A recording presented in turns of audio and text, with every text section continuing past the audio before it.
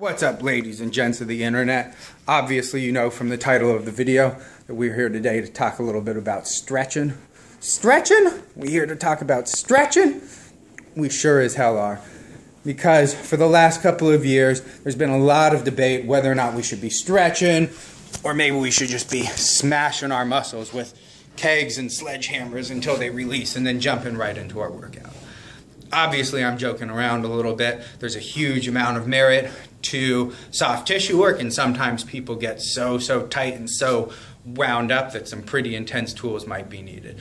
But I think stretching has gotten a bad rap. The way I look at it, if it's worked for thousands and thousands of years for yogis, martial artists, two of the most flexible types of people on the planet, then there's probably a little bit of merit to it. And let's be honest, if it's talking about stretching out a muscle for 30 to 60 seconds, I'm not too scared that I'm going to waste away. I'm going to spend a lot of time doing it. We're talking about maybe 1 or 2 minutes at the beginning of your workout, at the end of your workout, that may have a huge impact. So why not do it? One of the big muscles that people usually need to stretch out, because we spend so much time seated, hunched up, is the hip flexors right up here.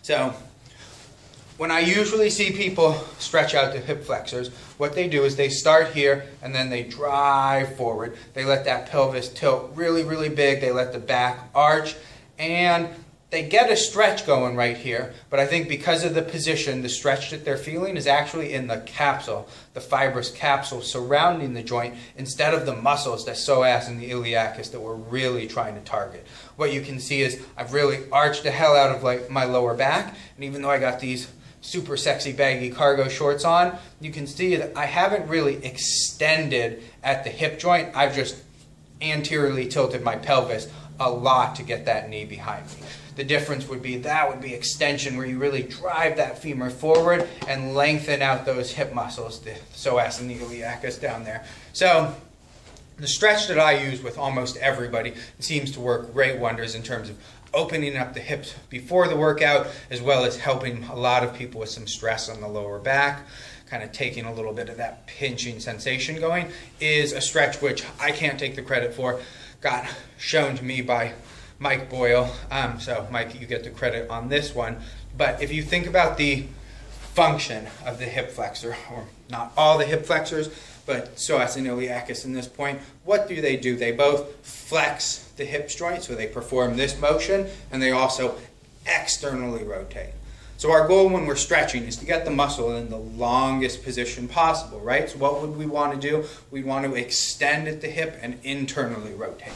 So put one foot up on the box. Doesn't have to be super high. This is about a 6-inch box or so, but it does help to bring you into a neutral position, which already drives that hip into a bit of extension. Then we externally rotate, which is hard for me and will be as anybody that's anywhere near as tight as me. And then from here, we drive forward a little bit while maintaining that posterior tilt, that little bit of kind of reverse Donald Duck butt, where we're tucked under, a little bit rounded at the lower back if possible. And that's going to force that femur to drive back, get the hip to go into extension, and get you that deep stretch on the actual muscle fibers that we're trying to hit, as opposed to just the joint capsule.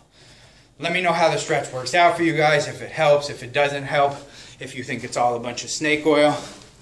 I usually say hold that thing for about 30 to 60 seconds on the side. You can do it before and after the workout. It's great on days where you're going to do a lot of jumping or bounding or things like that, because it opens up that hip so that you can get that maximal expression or recruitment from the glutes instead of leaving a little bit of power and strength on the tables.